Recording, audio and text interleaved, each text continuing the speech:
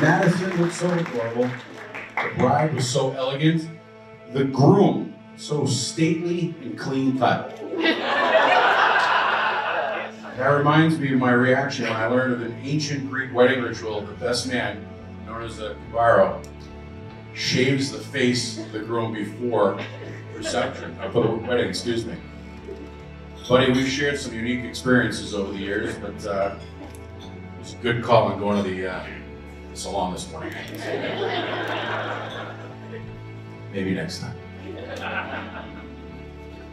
Roger and I have been best pals since 7th grade. Georgia came into the mix when we were in our late teens, early 20s. Sorry about the pages here. So to say that we have grown up together is an understatement.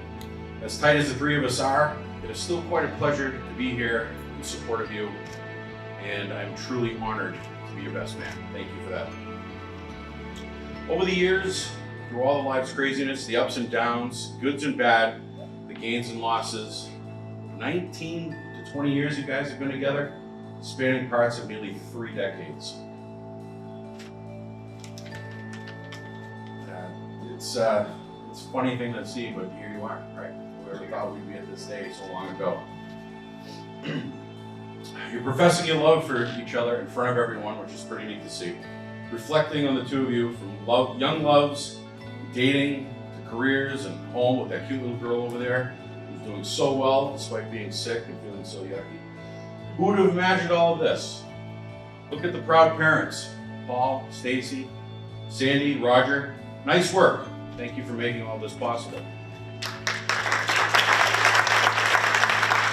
my friends that I affectionately call Pudge and the Greek, remember the 3 rings of marriage: the engagement ring, the wedding ring, the suffering. Poor Georgia, it's official. It's all yours. For the rest of the time now, anyways. And as the Nature Boy once said, it's so hard to believe that so much man can be wrapped up in such a good-looking package. Good choice, Greek. Pudge, for you, my friend, a lifetime filled with the Greek coming home from many shopping excursions, proudly, excitedly, descriptively showing you all of her purchases, which you know makes me very happy, one of my all-time favorite things. It is my wish for the two of you to continue to be best friends, to keep loving and supporting each other, even during those difficult times we all find ourselves in at one time or another, as both of you do so well now. I love you guys. I'm proud to have watched you grow into such a great family. We'll give a couple of blessings here about love and marriage. May you grow old on one pillow. May their joys be as deep as the ocean and their misfortunes as light as the foam. Ladies and gentlemen, please raise a glass to Roger and Georgia. Join me as we toast the happy couple and wish them years of happiness and good health. Here's to the husband, here's to the wife. May they remain lovers for life. Let us toast to the health of the bride. Let us toast to the health of the groom. Let us toast to the person that tied. Let us toast to every guest in the room. Ladies and gentlemen, distinguished guests, Mr. and Mrs. Roger Demers.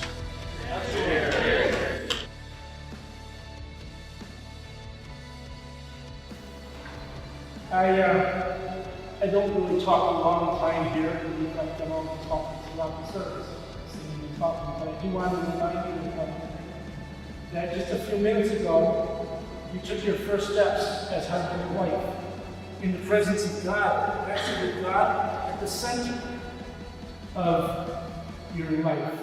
And may He always be there for you. May He always be at the center of your life. May He always be in your life. And when you find Him in Scripture. You find Him in church, of course. You find Him in all the good things that you do for other people.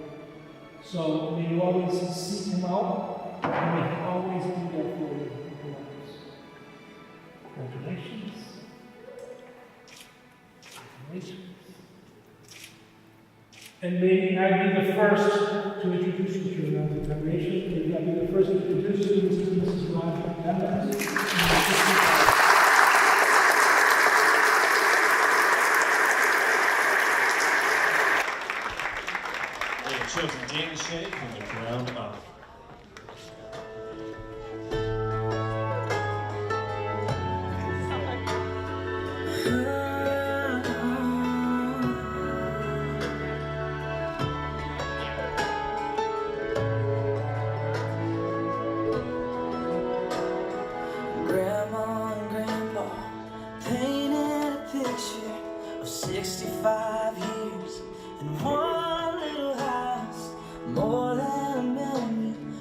saying I do, kiss you goodnight.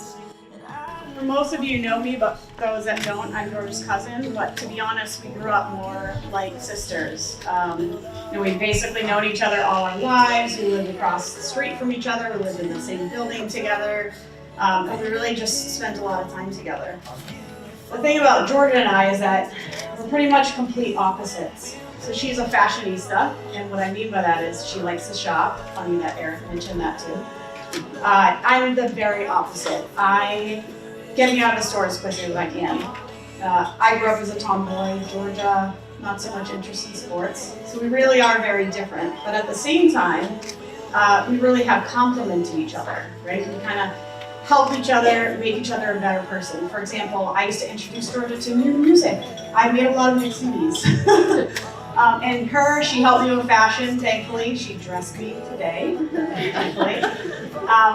But no, seriously, they say opposites attract, right? And I think the same thing with Roger and Georgia. They really are very different people, but they complement each other. And I've seen how they've grown over the years, and they've helped each other to make each other better people.